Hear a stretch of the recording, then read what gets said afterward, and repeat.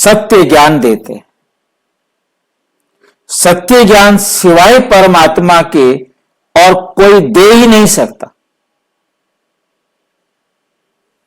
उनके द्वारा दिया गया एक एक महावाक्य अनमोल है, और जितने हम महावाक्यों को अपने जीवन में धारण करते हैं, उनके अनुसार हम कर्म करते हैं, वह हर कर्म पदम बन जाता है, और वो पदम हमारे खाते में जमा हो जाता है। जितना हमारे पास श्रेष्ठ कर्मों का कहीं, पद्मों का कहीं खाता जमा होगा, उतना हम श्रेष्ठ जीवन को प्राप्त करने वाले बनेंगे, अर्थात मनुष्य से देवता बनेंगे। तो आज हम पहला प्रश्न ले रहे हैं, हमारे सामने है, परमात्मा ज्ञान के मार्ग के संतुलन में, परमात्मा के ज्ञान मार्ग में संतुलन बनाए रखने के लिए क्या चाहिए, श्रद्धा या भावना?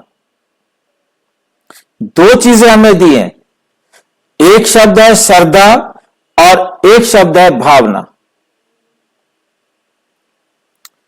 परमात्मा ज्ञान के मार्ग के संतुलन में हम परमात्मा के ज्ञान मार्ग पर चल रहे हैं, उसमें बैलेंस हमारे जीवन में बना रहे, तो हमें क्या करना होगा, श्रद्धा या भावना? कौन इस पर अपने विचार देना चाहता है? श्रद्धा क्या है, भावना क्या है? किसे कहेंगे श्रद्धा? जिसके पास इसका जवाब हो वो हाथ खड़ा करे, ताकि हमें पता लगे कि कौन बोलना चाहते हैं।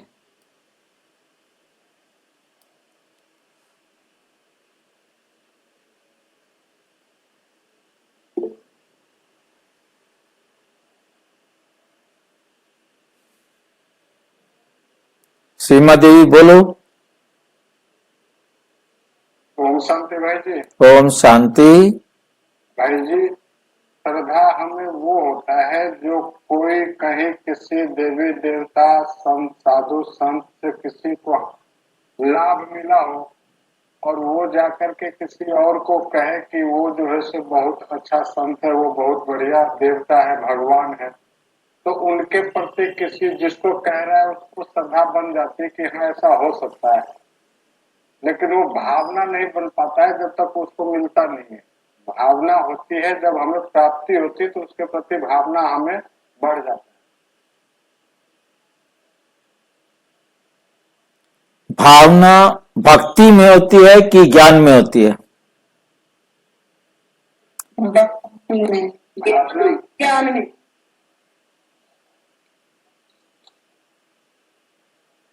भावना का संबंध भक्ति के साथ है कि ज्ञान के साथ? ज्ञान के साथ। ज्ञान के साथ। भक्ति के साथ।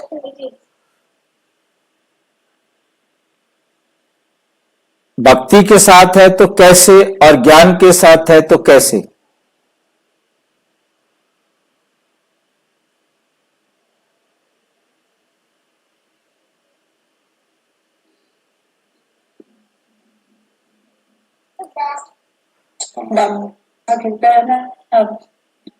भक्ति से जब अज्ञानी भगवान के पास जाकर कुछ पूछता है तो उनको भावना का भाड़ा मिल जाता है।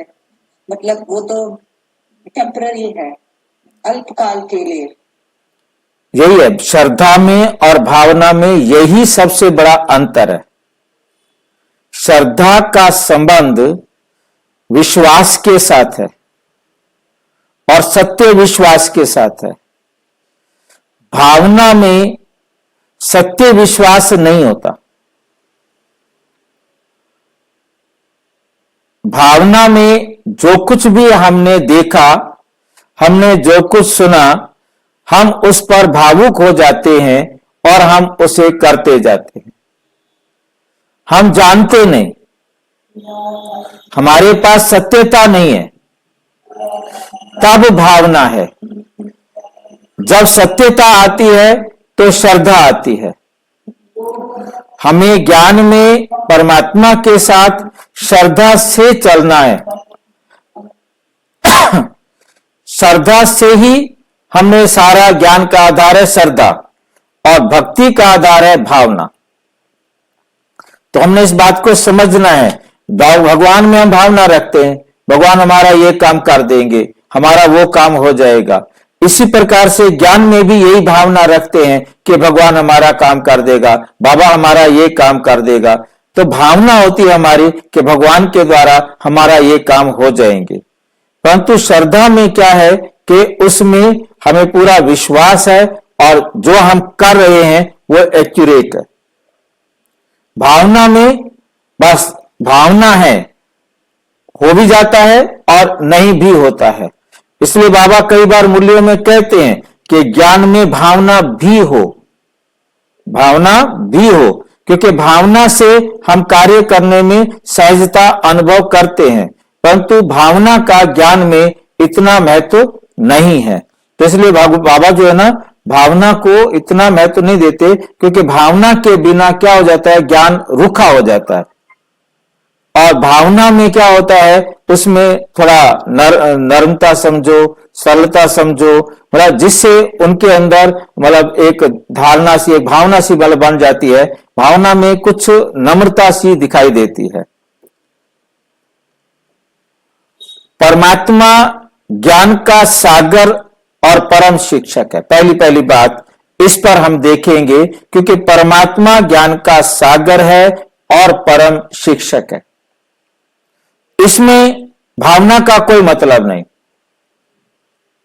इसमें हमें विश्वास है, हमें समझ में आ गया है कि हम आत्माओं का पिता परमात्मा है, और वो आकर के जो सुना रहे हैं, जिस प्रकार से ज्ञान हमें दे रहे हैं, वो और कहीं मिल नहीं सकता। इसमें हमारी भावना नहीं है। इसमें हमें मालूम पड़ गया है कि परमात्मा जो ज्ञान दे रहे हैं वो ज्ञान का सागर है, और वो आकर हमें सृष्टि के आदि मध्य अंत का एक्यूरेट राज समझा रहे हैं। भगवान में, मूर्ति में, चित्र में, आकृति में भावना बैठती है। ये हमारे सेंटर्स पर भावना होती है कि ये हमारे बाबा का चित्र है, अब ये खराब हो गया है, अब इसको क्या करें। उसके प्रति रिस्पेक्ट होता है, रिस्पेक्ट होना चाहिए हो, परंतु अब यदि वो चित्र खराब हो गया है, उसको खराब को रखेंगे भी तो नहीं ना। तो उसको नष्ट करने में या किसी प्रकार से उसे खत्म करना है, तो खत्म करने में अपने दिल में किसी भी प्रकार का दुख की फीलिंग नहीं है। वो कोई भगवान नहीं है, वो केवल एक कागज है। भक्ति में होता है कि ये तो भगवान का चित्र है, ये भावना है, हमारी उस चित्र के प्रति भावना होती है। तो ये यदि मेरे चित्र में, मेरे दिल में ये है कि बाबा का चित्र है, अब खराब हो गया, इसको रद्दी में कैसे बेचूं, बेच दो, क्या हो गया उसमें, वो कागज का टुकड़ा है। वो केवल हमें याद दिलाने के लिए मात्र एक चित्र है। ये भावना हो जाती है कि वो भगवान है, एक्चुअल में वो चित्र भगवान नहीं है। बाबा भी कहते हैं कि चित्र भगवान नहीं है। तो इस बात को हमें बहुत अच्छी तरह से समझना है कि परमात्मा, जो बाबा को यथार्थ याद करने की बात आती है, परमात्मा को हमें यथार्थ याद करना है कि परमात्मा क्या है, एक ऐसी सूक्ष्म, अति सूक्ष्म ज्योति है जिसे हम इन आंखों से देख नहीं सकते। हमने उसमें श्रद्धा रखनी है। वो जो ज्ञान दे रहे हैं उसमें हमने श्रद्धा रखनी है। हमने भावना से नहीं जाना। मंदिर में जाते हैं तो भावना से जाते हैं, चलो माथा टेक आते हैं, भावना है उनको, उसमें भावना होती है। यहां भावना नहीं है, यहां पर तो सच्चाई है, और सच्चाई को हमने अपने जीवन में धारण करना है, उसमें हमें पूरा श्रद्धा चाहिए, विश्वास चाहिए, निश्चय चाहिए। श्रद्धा और निश्चय हमने परमात्मा में रखना है। तो ये परमात्मा हमारा क्या है? सर्वोच्च शिक्षक है, परम शिक्षक है। वो आकर हमें समझा रहे हैं, ज्ञान दे रहे हैं। श्रद्धा और विचार का संतुलन।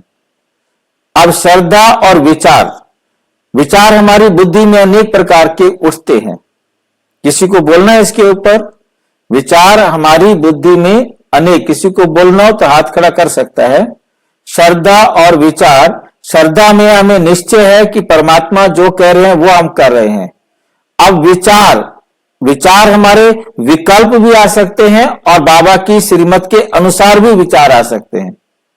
हमारे संकल्प, तो संकल्प में और श्रद्धा में हमें बैलेंस रखना है कि हमारे पास कोई भी ऐसे विचार ना आए, ऐसे संकल्प ना आए जिसको हम विकल्प कह सके, जिसके द्वारा विकर्म हो सके।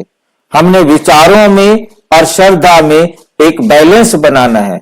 श्रद्धा इतनी मतलब होनी चाहिए कि एकदम पूरा निश्चय, और विचार उसको जरा भी हिला ना सके, क्योंकि हमारे पास विचार अपने जीवन के भी आते हैं और भी पता नहीं सारा दिन कहां से कैसे कैसे संकल्प हमारे उठेंगे, परंतु उनके अंदर हमारा श्रद्धा के द्वारा कंट्रोल होना चाहिए, नियंत्रण होना चाहिए, संतुलन होना चाहिए। मतलब कोई भी ऐसे विचार हमारी बुद्धि में ना आए जो हमारी श्रद्धा को कम करे और श्रद्धा हमारे विचारों को कंट्रोल करे। ये श्रद्धा पर हमारा सारा खेल है। तीसरा है विचार सागर मंथन का महत्व। क्योंकि हमें परमात्मा पर पूरा विश्वास है, पूरी श्रद्धा है, तो परमात्मा जो हमें ज्ञान दे रहे हैं, जो हमें संकल्प दे रहे हैं, जो विचार दे रहे हैं, उनका हमने मंथन करना है।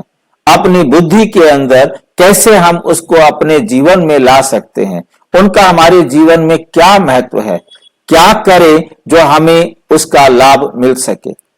विचार सागर मंथन करना है। तो विचार सागर मंथन करेंगे, जितना हम जुगाली करेंगे, जितना हम चबाएंगे, उतना हमारा खून बढ़ता जाएगा, उतना हमें शक्ति मिलती जाएगी, उतना हमारे पास जना धैर्यता, नम्रता गुण सारे हमारे जीवन में आते जाएंगे। वो हमारे जीवन का हिस्सा बनते जाएंगे। जैसे बाबा ने कहा कि भोजन पराया था, हमने उसे चबाया, गाय ने उसे चबाया या हमने उसका मंथन किया, तो वह हमारे शरीर का खून बन जाता है, हमारे शरीर का हिस्सा बन जाता है। इसी प्रकार ज्ञान का जितना मंथन करेंगे वो हमारे जीवन का हिस्सा बन जाएगा। नंबर 4 है श्रद्धा, भावना और कल्याण का मार्ग है। श्रद्धा, भावना और कल्याण का मार्ग है। दो, श्रद्धा के द्वारा भावना भी और कल्याण भी, ये दोनों मिलने हैं। क्योंकि श्रद्धा जब आ जाती है तो श्रद्धा विश्वास पूरा हो जाता है। जैसे भाई साहब ने बताया कि जब हमें कोई प्राप्ति दिखाई देती है, जहां से कुछ कहते हैं कि यहां से ये मिल सकता है, यहां से हो सकता है, जैसे हमें कहा गया, हमें विश्वास हो गया कि हम गुरुद्वारे में जाएंगे, झाड़ू रखेंगे, हमारे स्किन डिजीज जो है ना ठीक हो जाएंगी, हम मंदिर में जाएंगे, ये करेंगे तो हमारा ये हो जाएगा। इसी प्रकार से हमारी भावना बनती है कि जब हम ज्ञान के आधार पर प्रैक्टिकली, ज्ञान के आधार पर जब प्राप्ति करते हैं, वो हमारी भावना को भी क्रिएट करता है, वो हमारी शुद्ध भावना बन जाती है और वो हमारे कल्याण की होती है। वहां पता नहीं हमने किया, हो भी गया, हमने गए, हमने झाड़ू रखा गुरुद्वारे में और कुछ दिनों में हमारी स्किन डिसीज ठीक हो गई, परंतु वो हमारी भावना है, वो निश्चय नहीं कर सकते, क्योंकि वरना तो सारे के सारे जाएं और वहां पर झाड़ू रखें और सबकी स्किन डिजीज ठीक हो जाए, परंतु वो श्रद्धा नहीं बना सकती, वो सच्चाई को नहीं ले सकती, क्योंकि सबको मिलना चाहिए फिर। और यहां पर परमात्मा जो हमें ज्ञान दे रहे हैं, उस ज्ञान पर जो चलेगा, जितना चलेगा उसको मिलेगा। यहां ना मिलने वाली बात नहीं है, यहां सच्चाई है। बाबा के ज्ञान में, ईश्वरीय ज्ञान में यह सच्चाई है कि जो जितना अच्छी तरह ज्ञान को समझेगा, जो जितना अच्छी तरह इस ज्ञान को देखेगा, अपने जीवन में लाने का प्रयास करेगा, तो उसको जो है बहुत अच्छा सा सुख मिलेगा, उतना ही मिलेगा जितना करेगा। भावना में ऐसा नहीं है। भावना में यह था कि हमने रखा, मिल भी गया, नहीं भी मिला। हमने सोचा हमारी भावना सच्ची नहीं थी, हमारी भावना रखने, काम करने की उसके प्रति भावना ठीक नहीं थी। अब वो पंडित कह करके, कोई भी कह करके हमको हटा देता है, ठीक है भावना से रखो, अच्छी भावना से रखो तो तुम्हें मिल जाएगा। तो यहां पर श्रद्धा, भावना और कल्याण, एक तरफ है भावना और दूसरी तरफ है कल्याण, इन दोनों का मार्ग है। क्योंकि यहां पर कल्याण भी है और भावना भी है श्रद्धा के अंदर, और भावना में कल्याण कोई निश्चित नहीं है। तो हमें बहुत अच्छी तरह से इस बात को समझना है कि श्रद्धा में भावना भी है और कल्याण भी है। भावना में श्रद्धा नहीं होती, ज्ञान को समझने का पुरुषार्थ। अब क्या होता है कि जब हमारे पास परमात्मा में पूरा श्रद्धा होती है तो हमें ज्ञान को समझने का पुरुषार्थ भी करते हैं। हम अपने लिए उसको समझने का प्रयास करते हैं, जिसके लिए मेरा अपना पर्सनल अनुभव है कि मैं 1 साल तक लगभग सेंटर पर जाता रहा, मुरली भी सुनता रहा, पर तो मुझे विश्वास नहीं था, मेरे पास श्रद्धा नहीं थी। मैं जा रहा था, वो मेरी भावना थी कि भगवान शायद मिल जाए, भगवान मिलेगा, यहां जा रहा हूं भगवान मिलेगा, परंतु मैंने उस ज्ञान को कभी सुनने का प्रयास नहीं किया। कोर्स किया, मुझे पता नहीं कोर्स में बहन जी ने क्या समझाया, रोज मुरली में जो कहा जा रहा है मुझे कुछ समझ में नहीं आ रहा है, परंतु मेरी भावना है कि भगवान मिलेगा, यहां से भगवान मिलेगा, ये मेरी भावना थी, ये श्रद्धा नहीं थी। जिस दिन मैं परमात्मा से मिला, जिस दिन पहली बार मैंने परमात्मा को दादी के तन में आके पढ़ाते हुए देखा, उनके आने को देखा, उनके जाने को देखा, वो जो निश्चय था, उसके बाद मैंने इस ज्ञान को अच्छी तरह समझने का प्रयास किया। तो ये ज्ञान को समझने का पुरुषार्थ तब शुरू हुआ जब मेरे को पूरा श्रद्धा बन गई, निश्चय हो गया कि वाक्य में ही भगवान आके पढ़ा रहे हैं। तो ज्ञान को समझने का पुरुषार्थ शुरू हो जाता है, पुरुषार्थ कर सकते हैं, क्योंकि हमें प्राप्ति हो रही है, हमें समझ में आ गया। अब भावना नहीं है, अब निश्चय है, अब श्रद्धा है, तो उसको हम अपने जीवन में लेके आए।